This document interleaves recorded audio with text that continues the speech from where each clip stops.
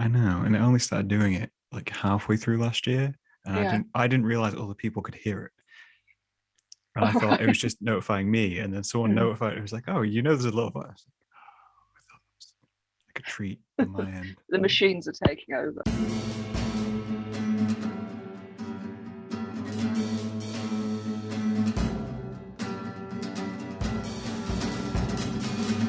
Today, the weather is tragic today. Oh, it is. It's grim. I mean, it's great. It's my kind of weather, but at the same time, going outside might be a little too much. Yeah. A little too much. I'm terrible at introducing guests. So I'm going to let you introduce yourself, Kate. Oh, okay. Right. Okay. I'm Kate, and I'm bloody marvelous. I. That's a horrific way to introduce. That's a great introduction. That's the best introduction I've had in a while. Yeah. Well, there we are then. Yeah. That's me in a nutshell. No, I am a writer. I've written for Vice 14 times, Haunted magazine. I'm a copywriter. I run the website BurialsBeyond.com. And I kind of write about ghosts for a living. And I've just finished a PhD in 19th century Gothic, which is looking at spiritualism in the Gothic. So it's all proper cheery stuff. That's a hell of a resume, though.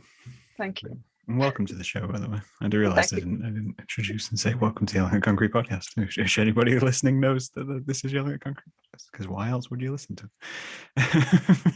Well, thank you for having me anyway. That's a lot. That's a lot. You must have been doing this a while. Like you must have been writing for a long way to go through full scope of PhD and everything like that. You've been studying this for, I don't know, how long does a PhD take? Like a decade or so? No, it's been 4 years.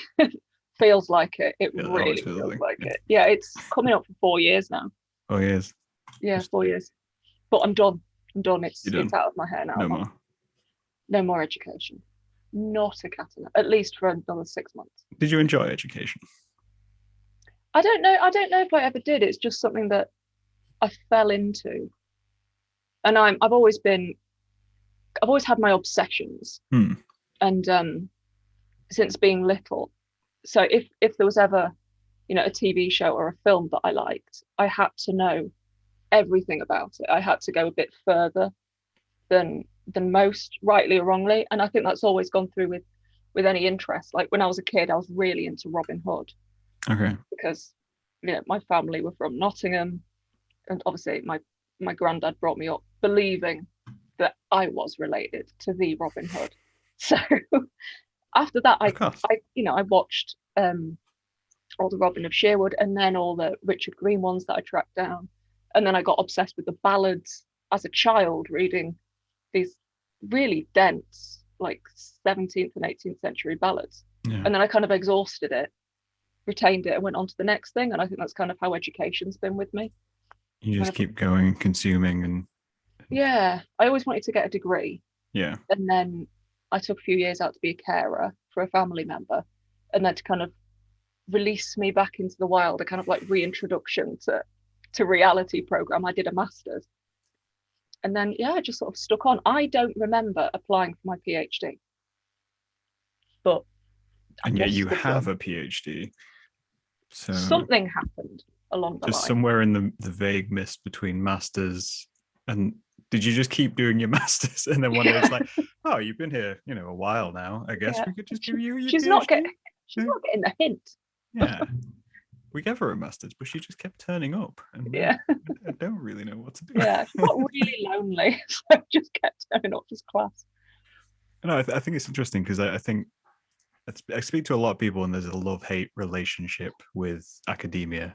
And when someone's gone as far as kind of like getting to a PhD, I think you either have to be your kind of personality where you want to know everything, you want to write it down, you want to get really detail orientated. Otherwise, you will just resent it and get to the end. Yeah, I think with PhD approaches, we say there's kind of, you can be one of two routes, and it's the people that combine two that do really well in academia. Sadly, that's not me, I don't think. But it's that the people that are really taken with their topic, but also the people that really thrive within academic structures, within kind of the hierarchy and the teaching and knowing, like networking. Because networking in academia is something that just goes against everything that's natural to me, which makes me sound horrific and standoffish. No, I think that's a perfectly good point, because I think this is one of the things I always say to people. Like, one of the main problems with any industry is like gatekeeping, and that whole idea of, you know, you have to network, you have to get to know people, but people who are really passionate suck at networking. Because you've spent your entire life focused on one thing. You're not going to be like a kind of person who can just walk up to anybody and say, "Oh, hey, how are you doing? You know, I do this." You know, I can't suck up to the ideal professor. I can't go and schmooze and take them out for drinks. But let me tell you about my top 5 ectoplasm experiences. You know, it's like, I mean, I'm good at the end of a night of a party. Yeah. For anything else, I was going to say, there's a great example of this, that we literally stood in the same room as each other, and my brain didn't even think, I should probably just go ask if that's the person I'm having on the podcast in a few weeks, because my brain was just like, no, I'm just here. Just chill that's fine. I mean, that was at the Melody's art exhibition. And Mills. There was just me in the corner, just slowly drinking rosé out of a paper cup, going, oh, this is nice. I'm a bit hot. Should take my coat off. Nah. No. So that really does say everything. I was slowly baking and drinking everyone's supply of wine in silence. Throw 20 introverts in a room and just see what happens, and nothing happens, shockingly. Until everyone's gotten past the level of, you know, social lubricant and booze. Nothing just occurs. Yeah. And then we bring people on podcasts, and it seems fine. It seems natural. Exactly. This is the universal networking sign. It's hands around the world via podcast. One voice at a time. We'll gradually introduce everybody to everybody else. Yeah. And then we'll run out of people and have to go into hospitals with microphones and just start them early. Get you on screen and go through. I guess kind of a good question then would be, why 19th century Gothic literature? Well, I always liked Victorian literature, and I think, like every cliche, I love Dracula, Frankenstein, a lot of kind of proto horror things growing up, and then I kind of got really interested in social movements and things like that. And you know, who doesn't love kind of like a Kate Bush novel? That's essentially what Gothic is. It's women being a bit pathetic, running around castles and beautiful buildings, you know, thinking there's a ghost, but this clever gentleman who will save them via marriage reveals that it's actually, you know, a bloke in a sheet or just the mind. So I really enjoyed that. And then with my interest in kind of the supernatural, the paranormal, things like that, when I started looking into spiritualism, which is, do you want to know about ghosts? Do you want to know about Victorian ghosts? Here's a whole social movement, a whole religious movement based around ghosts. And that was just like, brilliant. How do we write about that? And that's how I kind of got that very super niche PhD topic, as all topics have to be there, like razor sharp. But I find it quite interesting how, if we ever see like a medium in books, on telly, on film, really they kind of fit 2 molds. They're either very young and beautiful and live women, or they're quite rotund older women. There doesn't really seem to be much middle ground. And I sort of found it interesting, if you trace those back, you can find these tropes that were really settled in Victorian literature, that they laid roots there, but they can be traced back to actual women who lived these experiences. So when you're looking at really beautiful young mediums, what we see today as this is just a trope. We don't really know where it comes from. You trace it back through Gothic literature, Victorian literature, how women were described, and you get to people like Florence Cook, Cora Scott, you know, these very young, beautiful Victorian mediums who were celebrated because of their piety, their kind of virginal appearance. And then also with the larger women, there are people like Mrs. Guppy, who's one of my favorite mediums of all time, a horrific woman, but she was talked about as much for her size and her appearance Right. as she was for her like amazing claims. And I think when you start getting this kind of, you know, when you see mad people on films and they're putting red string between all of these points that interlink. Yeah. I think that's when you start getting that between books and real people in the 19th century. That's when you kind of get obsessed and you get this really strange, like, world within a world revealed to you. Yeah. You start to So, see the yeah. layers and start to track back. It does get a little conspiracy theory-esque, I think, when you dive into anything like that. I found a few times of just various concepts. I'll start on one topic and I'll go, okay, cool, we're going to look at this, and then unpack it a little bit. You know, hang on a minute. Now there's like 4 things I need to look at, and there's another layer, and it goes back and back. But it's interesting that you mentioned kind of like the idea that there needs to be an extreme between mediums of either, you know, young, attractive, what have you, and then, you know, kind of rotund and older, and that idea that still essentially just exists nowadays in terms of media personalities. You can't be an average looking person. You have to have a style, or you have to have another style. Yeah. And that just doesn't dissipate. Yeah, I think as well, when you notice things like that, you start consuming media differently, because then you start looking for those familiar pointers, and then you realize, oh God, we are so uninventive. there's no like average looking medium on a TV show. It's like, oh, this haggard old circular crone trundles through the door. It's like, oh, brilliant. Okay, hello, Mrs. Guppy.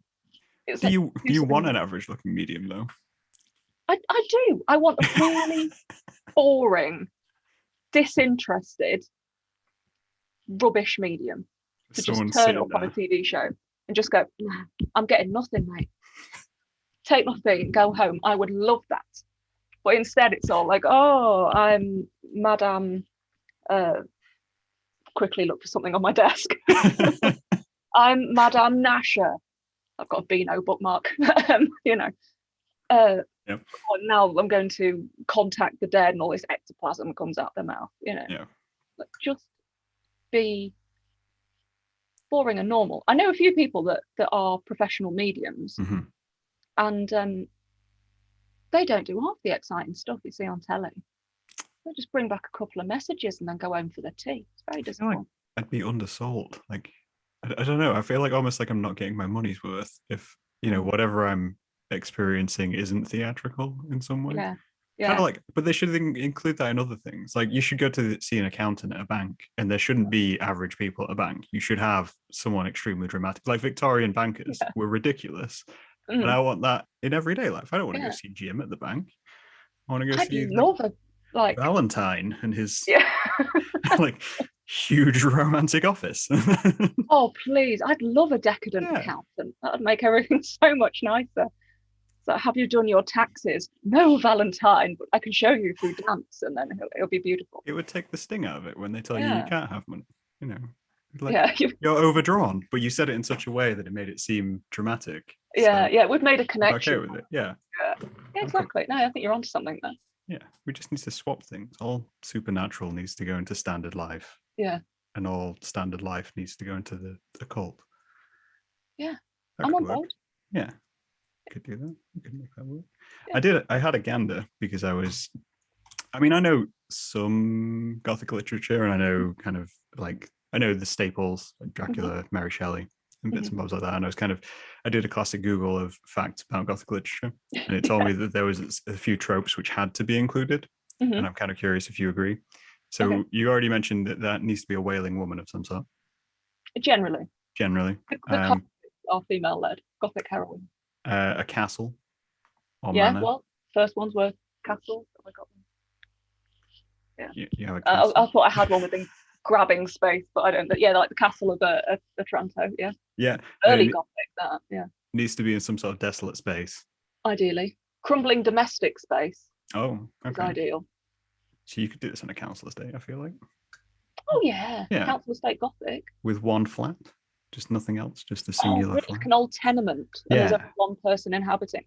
Perfection. Nothing else around. Most of northern England, just And then something which deals with mental health, but doesn't specifically say it's about mental health. And that was the final fact. And I was like, I don't know if all of these ring true. Yeah, I'd say the the mental health thing, I think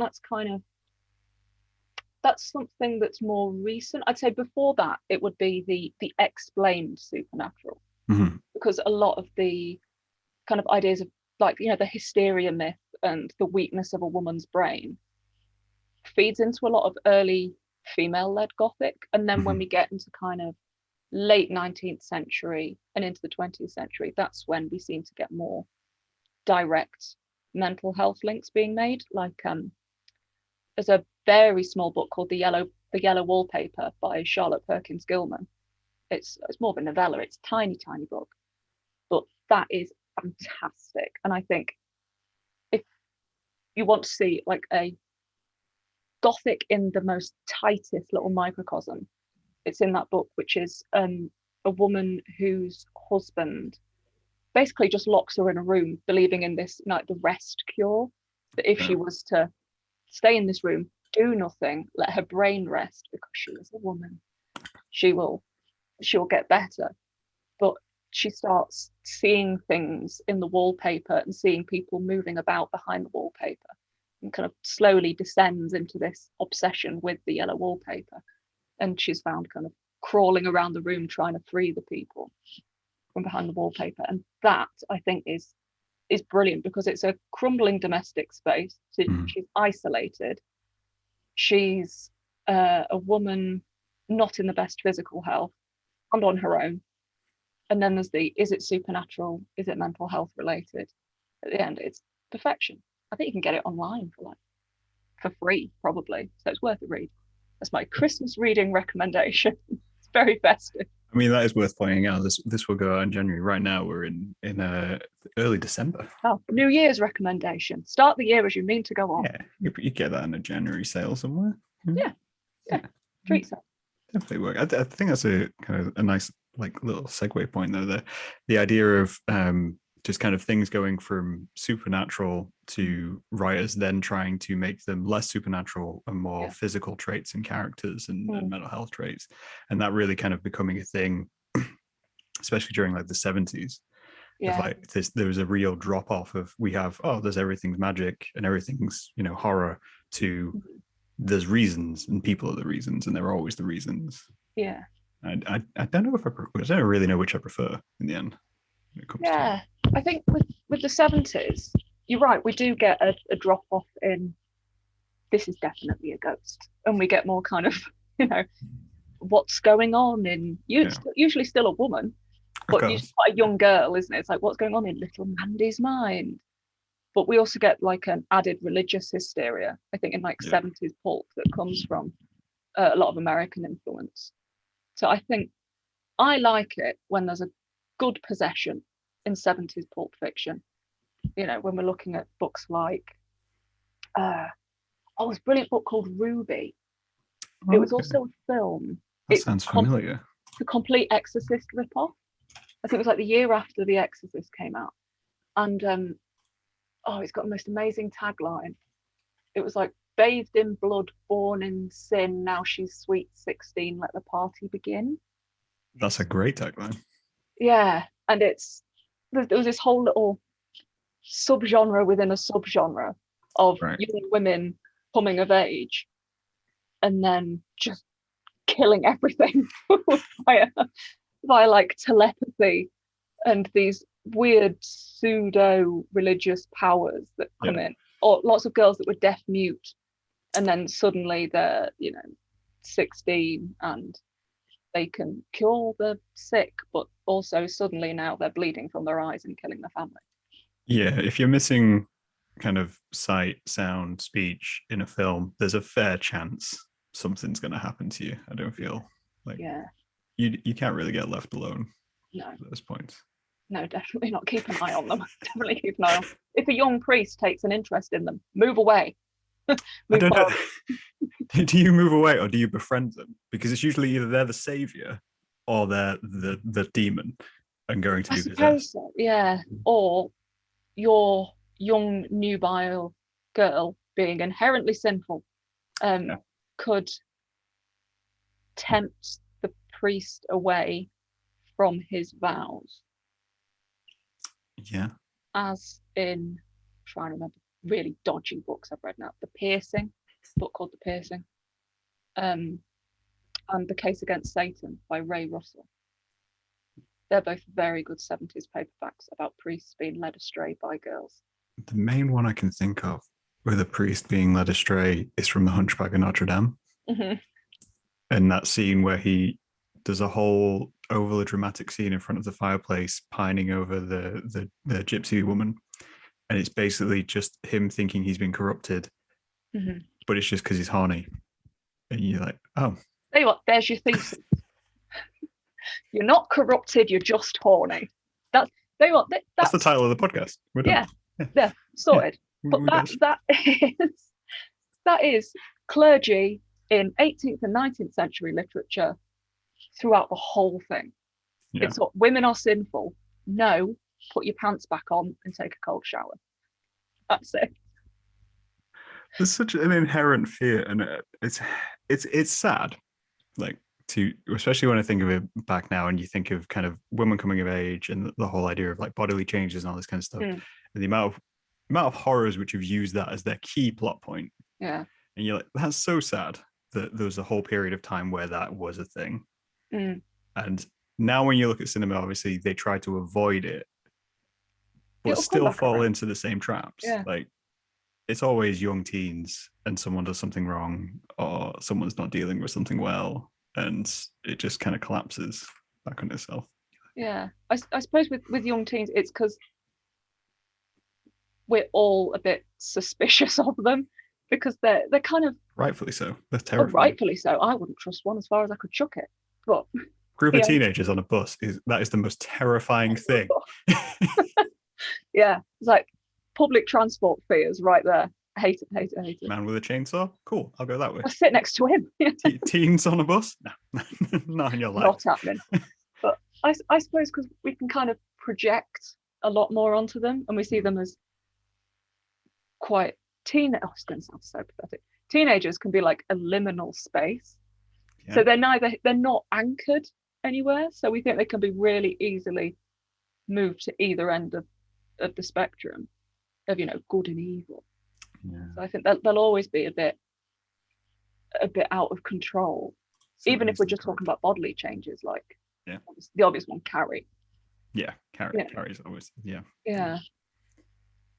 I mean, yeah, I think, I don't know why, but in my head I've got the main pieces in my head where I'm trying to think scenes in films and books which have basically just been related to periods, and all I can think of is the scene in The Shining where the elevator doors open. Yeah.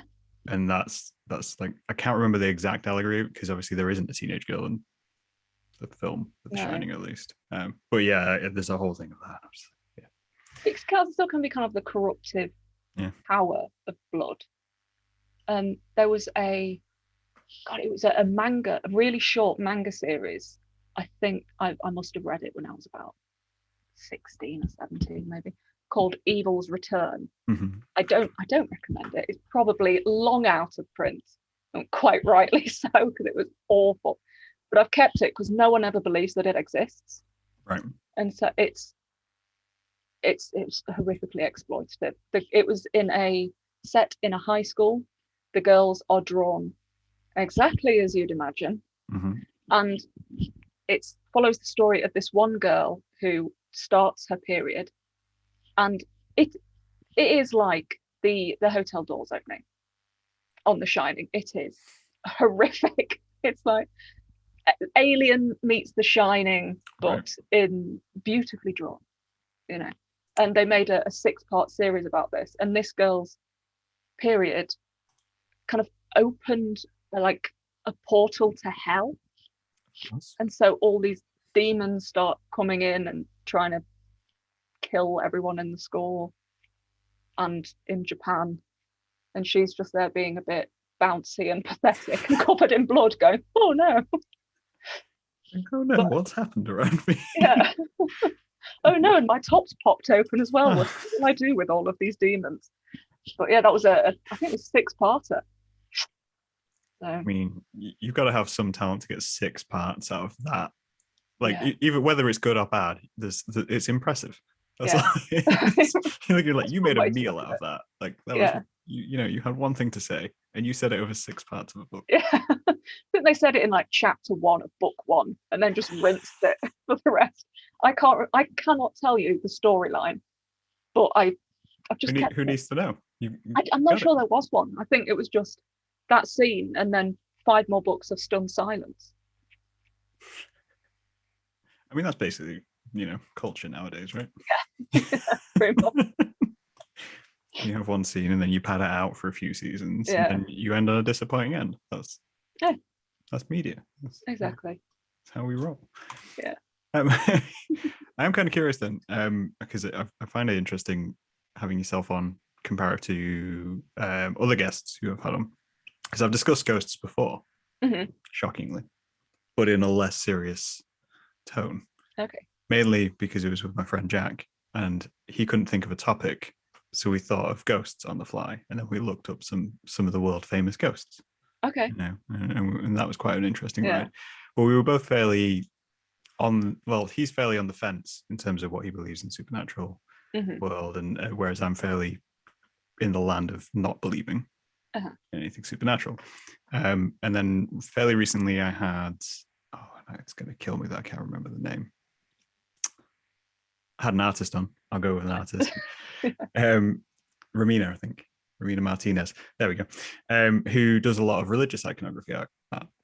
And she uses, she sees it as reclaiming the iconography of religion for herself and her beliefs, and uses the Mother Mary a lot, and believes that she gets messages from God about creating her art, and that's something she heavily invests in her art. So I'm curious, at what level of supernatural spectrum are you on? I'm a skeptical believer. Okay. Because I do paranormal investigations. I do go out on ghost hunts and all of that business. So I get just as much from an investigation where I believe that nothing's happening, or things are happening and you're able to debunk them, as much as if something happens and I can't explain it, it's still the same amount of thrill. But I do believe in spirits, and I'm not sure what they are, but I certainly believe that there's something residual. But that's kind of based on it can kind of go 2 ways.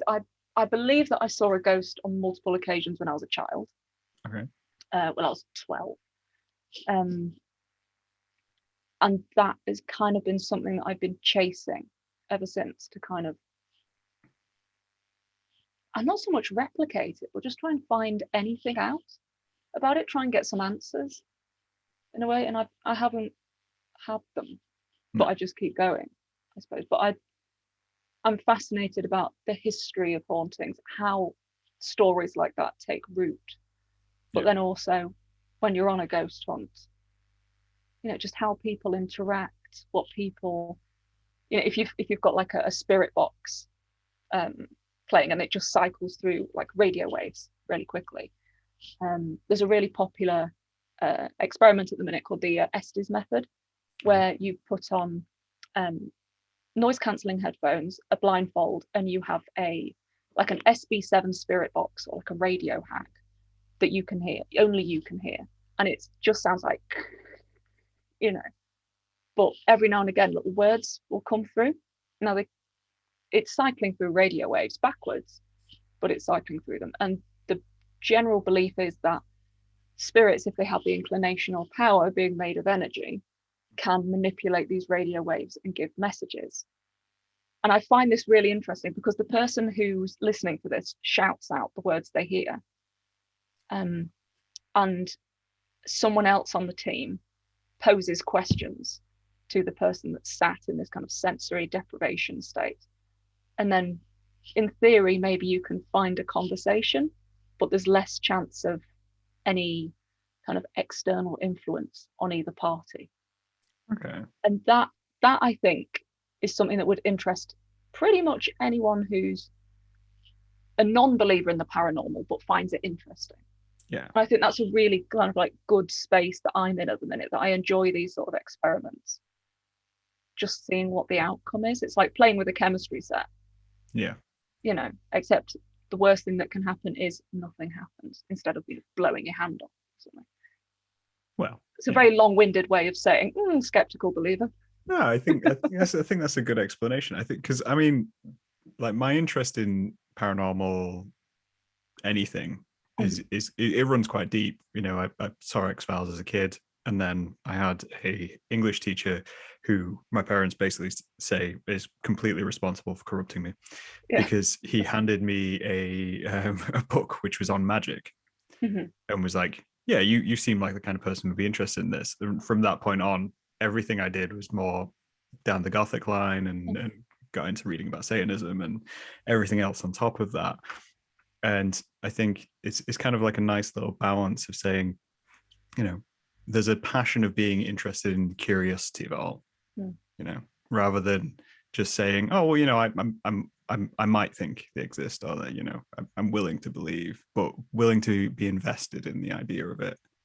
Slightly past that, I think it is, yeah, it's a solid explanation. It's human experimentation at that point. If you're strapping someone into something and it is. It looks horrific. It looks like something out of a horror film. I mean, the way you described it, I was like, this sounds like it sounds like something I'd do as an art installation. Yeah, and it looks like an art installation. It really does. I mean, I've done a few recently over the last month. We had one in a disused church with permission, I may add, and we had like all red lights fixed on the person who was sat up where the altar would have been. Yeah, and it looked amazing. It's like, why is this not in a horror film yet? I'm sure it will be, because it just looks so striking. But that's the thing. It's like, even if you're not getting any coherent answers, you all get to sit around going, God, that looks cool. You know, so at least you get that from it. We're adding dramatic scenes to our lives. And making. I mean, I think I've literally done an art installation like that, which was like a 20-minute film, and it was colors on a screen, and they gradually transitioned from one to another. And there was a soundtrack which you put on, and you had to have it at full volume. No one else was in the room. It was just you and the screen.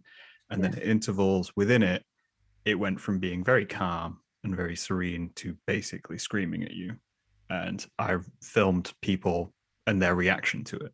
Oh, and wow. That's very Clockwork Orangey. Yeah, it was along those lines of trying to get along, like trying to push in. And it was called Sensory Deprivation. It's on YouTube. And I don't even own it anymore because someone else stole it and has like 1 million views on it. But you can basically sit and just watch it, and it's just this long thing. And the whole idea was this, that you're taken out of your comfort zone, but then once you experienced it once, you should expect it again in the rest of the video. But watching people's behavior change between the first time it happens and the second time it happens and then the third time, or whether someone would sit through it all knowing that it was going to happen over and over again. But yeah, it was a long, it was like dystopian punishment, torments someone, and yet you're doing it for fun. Yeah. How long would people sit? How long was this installation then? How long was each company? So I did it during uni, and I got 20 people through it, and about 8% would sit there for the whole thing. All right. How long was the whole thing? About 20 minutes. About 20 minutes. Sorry. Yeah. So they'd be in the room for 20 minutes on their own, and they'd sit and they'd watch, and I think other people walked out. And that was mainly due to them having sensitive hearing. And I think the comment I got from a tutor was, it was kind of expected. I was like, yeah, well, that's kind of the point. So I'm okay there. Yeah, it does sound kind of similar then. As I think when we did, I think it's the session before last, there was a group of us, mainly older people, and myself and my other female friend we did 15 minutes, and it is just, but again, suddenly you'll get a loud shout or like a really big peak, and you don't know when it's coming. And when you're somewhere really creepy and it's dark and you think there might be someone behind you, then it gets a bit tricky. But there was someone with us who was trying to make a little film of things, and he managed 30 seconds. 30 seconds. And it was just too much. I think it's kind of like Guantanamo Bay, but make it fun. Kind of what we're doing. And I don't blame him. Because it is overwhelming. But I don't quite prepared for just how disconcerting it can be to, like you say, have everything taken away and refocused. I think that's why when I did it, I put people in a room on their own to give them a level of security, because personally, I'm claustrophobic, so I wouldn't trap myself in a space with other people around me when I can't hear or see anything, because that would terrify me. So I gave them a room to their own. But yeah, being in a room full of people and then putting, like, it's like VR. I'm not going to do VR. Same. Yeah, not I don't trust people enough for that. No, someone will slap me while I'm doing that. Someone will slap me, or I will run into a wall. Like something will happen in the headset. I will try to get away from it, and I will just faceplant the wall, because that's natural. That's the way to do it. I'm just trying to think. I mean, one of the things which I kind of my pet peeves of kind of seeing kind of paranormal investigation stuff is the quality of the footage which comes from those projects. Yeah. And I don't know why. I mean, like TV paranormal. Or just anything. Like you see people kind of go and do things and explore things. And like you say, that you've got these amazing setups. Yeah. And these amazing things. And then someone shows you it, and it's just like they've shot it on like a handheld or a phone. Yeah. You had such an opportunity to make something so dramatic. There's more teams that I hate saying teams. It makes it just sound it's like I'm trying to pathologize. Yeah, just like I'm trying to make something sound really professional when it's a lot of people in fleeces running around in the dark. There is nothing cool or organized about this. You know, there's more teams that do these things for fun and for personal research than do for like making little Facebook stars of themselves. But it's the Facebook stars that you see most common. It's the same with anything, you know, it's whoever shouts the loudest. But yeah, the amount of footage I've seen that is, oh my God, did you see that ghost walk in the background? Yeah. It's like, you're filming near a main road. That's literally someone walking to the shops. Yeah. It really just mundane, dull footage, or people table tipping where you can see that someone's just booting one of the legs from beneath it. I mean, I'm appreciative of someone who can pull it off. Like, I mean, someone who can pull off a hoax.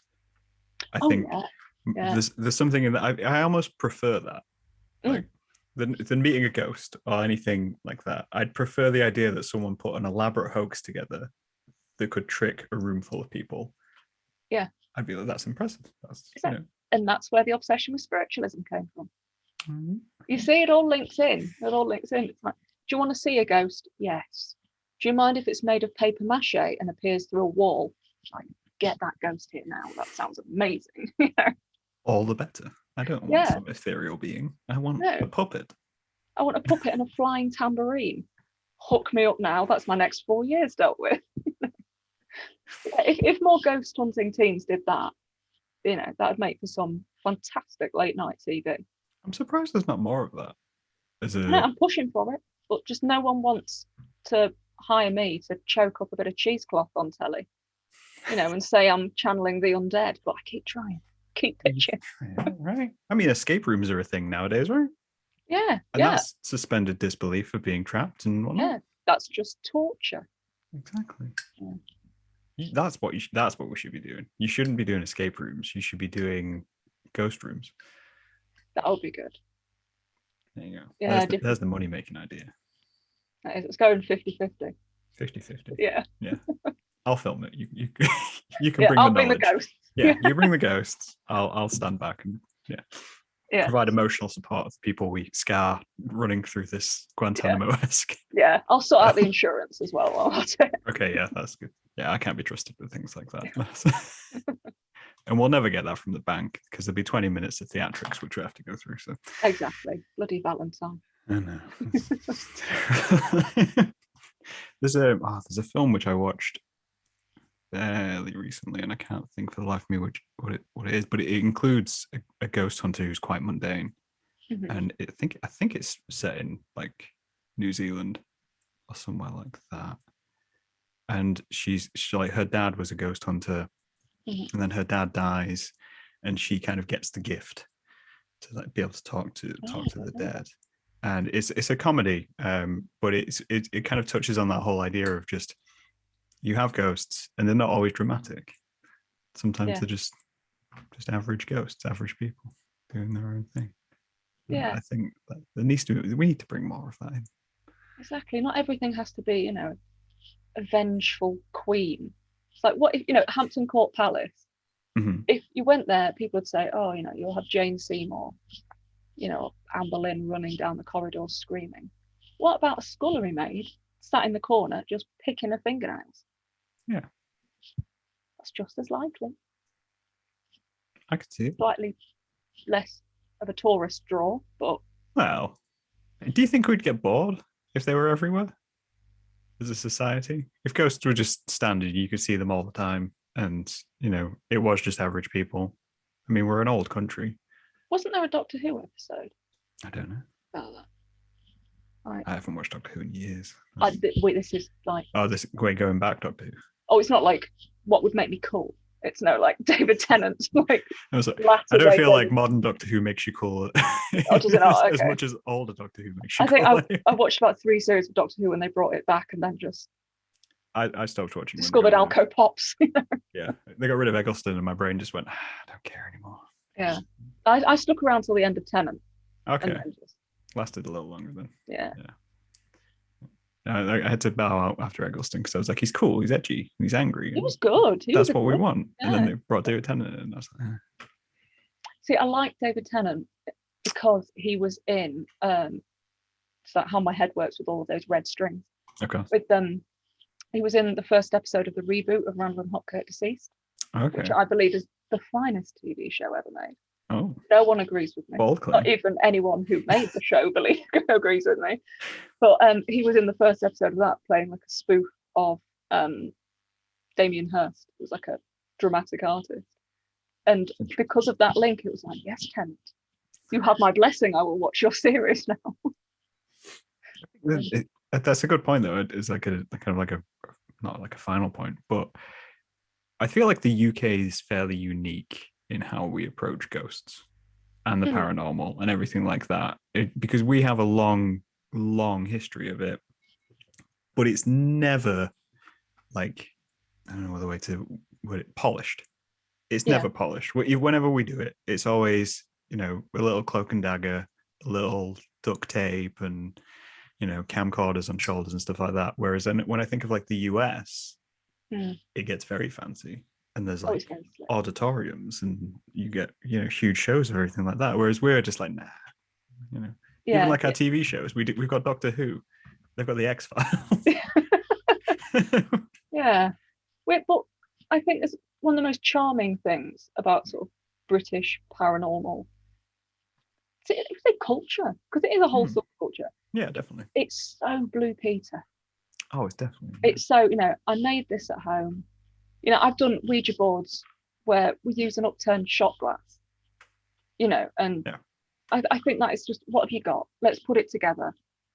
And so, and that's nice that it's kind of do-it-yourself ghost bothering. I don't know if we're too cynical as like a nation to embrace it properly, to manufacture something about it. I don't know if we're just like, we like mythos, we like legends, and we like the imagination of it all. Yeah. But when it comes to it, we're coal miners and bankers.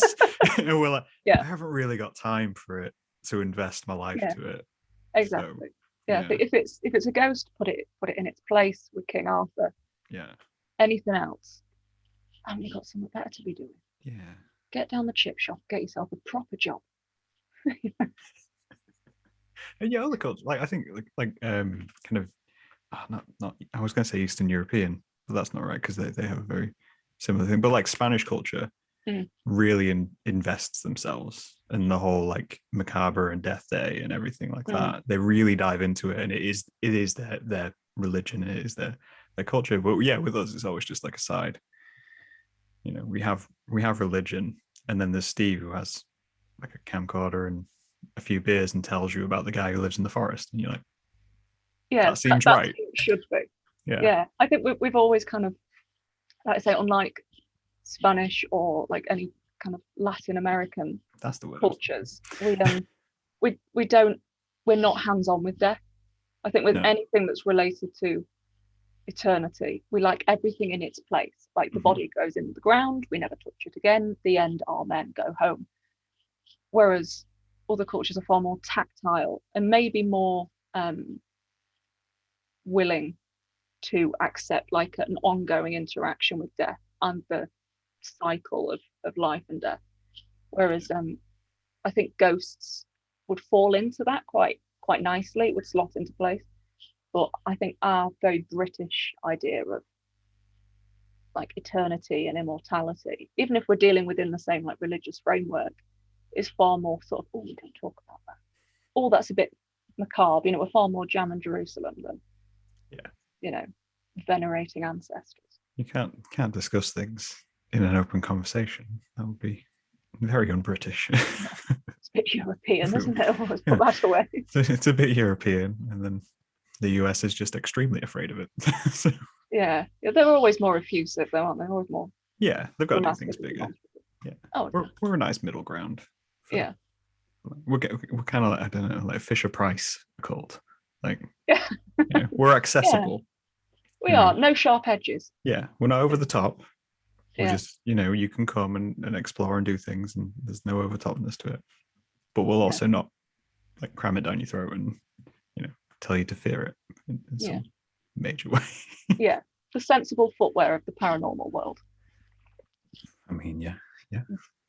Not to be the boring country who we are. I do think it's fascinating. I think, we have a weird relationship with death in this country. Yeah. And in a way, I don't know why. Like I have an idea of why. Because as a society, we've gradually grown up, and obviously way back when things were a lot more prudish and you didn't talk about anything and there was a lot of fear with it all. But we get blunter every year, and yet still with death, we still stand hands off with it. Yeah, I think perhaps it's because the whole process of dealing with, even from like palliative care, from like end of life care through to burial and grief and mourning, things like that, we're very hands off. So for a lot of people, if they're dying of old age, I think the family would see it as, here is our loved one in a very sanitized medical environment. Then we don't ever touch them again. So then they go into the hands of professionals, and then suddenly they're either, cremated or they're in the ground. And it's like as soon as they've died in a place that's not home, that's when we're hands off and we don't ever have anything to do with them again. I think that might have something to do with it, in that we don't commonly, I mean, some do obviously, but even if someone dies at home, our first thought is get them out of the house immediately. I don't want to touch them. There's a dead body in the home, rather than I can prepare them for death and burial. Yeah. We don't want to interact with that, and to kind of, I think we've got, for all of the changes we've made and for all of the developments that people have with their mindset of, I'm fine discussing death. It's like, yeah, but the wider society will still think dwelling on death rituals, memorialization, working through grief, that it's all a bit mawkish and it's all a bit unnecessary, and again, quite un-British, or just weird. And I think maybe we are making steps away from that. I think especially in terms of like memorial jewelry, making a big comeback, sentimental jewelry, keeping sort of talismans of the deceased, keeping bits of hair, things like that.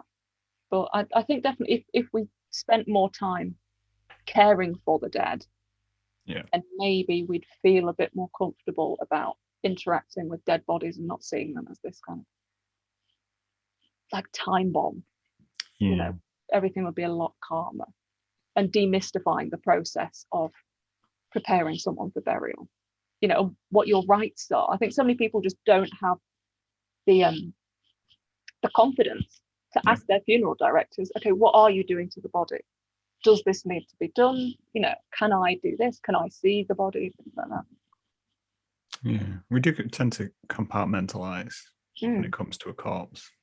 It is very much a point of, I think, from family members who've passed on, whenever it's been one of those things. Vividly remember the phrase coming out of people's mouths of, I want to remember them how they were when they were alive. Yeah. So I never want to see them. I'm not going to go to the open casket, or I'm not going to go visit them whilst they're in waiting, anything like that. And that always fascinated me, because in my head I was like, well, no, in a way I want to see that, because that gives me closure. Exactly. Yeah. Yeah. I think that's how it is for a lot of people. It certainly was, because I lived with my grandmother for 4 years. I was a carer. Mm-hmm. And then when she died at home. I was with her. And then afterwards, after I got the district nurses out to kind of clean her up and stuff, I could still interact with the body. Mm-hmm. And it didn't, like, now when I think of it, I don't think of that. That just, if you see someone dead, it doesn't remove the memories before that. That's just a completely separate sort of interaction. And it did sort of bookend things, as horrible as it is. It is one of those things where I think once it happens and once you've seen it, I think it does always I know. I always like the idea of being taxidermied. Like in Psycho. Yeah, just kind of like when I'm gone, someone could just have me. Yeah. Like, chilling out in their house. Yeah. You could be the new family heirloom. That'd be quite nice, wouldn't it? Pass me on from generation to generation. You get Graham. Yeah. Congratulations. Gradually gets worse and worse every year. Yeah. Until eventually I'm just a head. And that's lovely though. I'd like to be a head on someone's mantelpiece. Yeah. I feel like that's a badge of honor, right? Yeah. Like, because even as people who have an interest in cult, we likely buy dead things. Like own dead things. I own at least a couple of bones within my house. Yeah. I like the idea of someone going to a yard sale, seeing me and be like, I'm having that. That guy. Exactly, yeah. Doesn't matter to me. I'm dead. I love a lot of, probably far too many dead things in this room. It's not healthy. I mean, it's healthy. It's just dead things. It's a nice thought. It's a nice thought of kind of making your own little collection of talismans, your own little web of death-related power. Like post-mortem merchandise. That's all it is.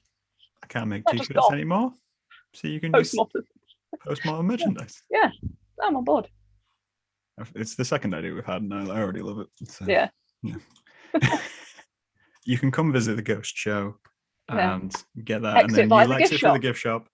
And previous guests who have died during the show will be available for post-mortem merchandise. Brilliant. Tickets. God, we're going to be millionaires.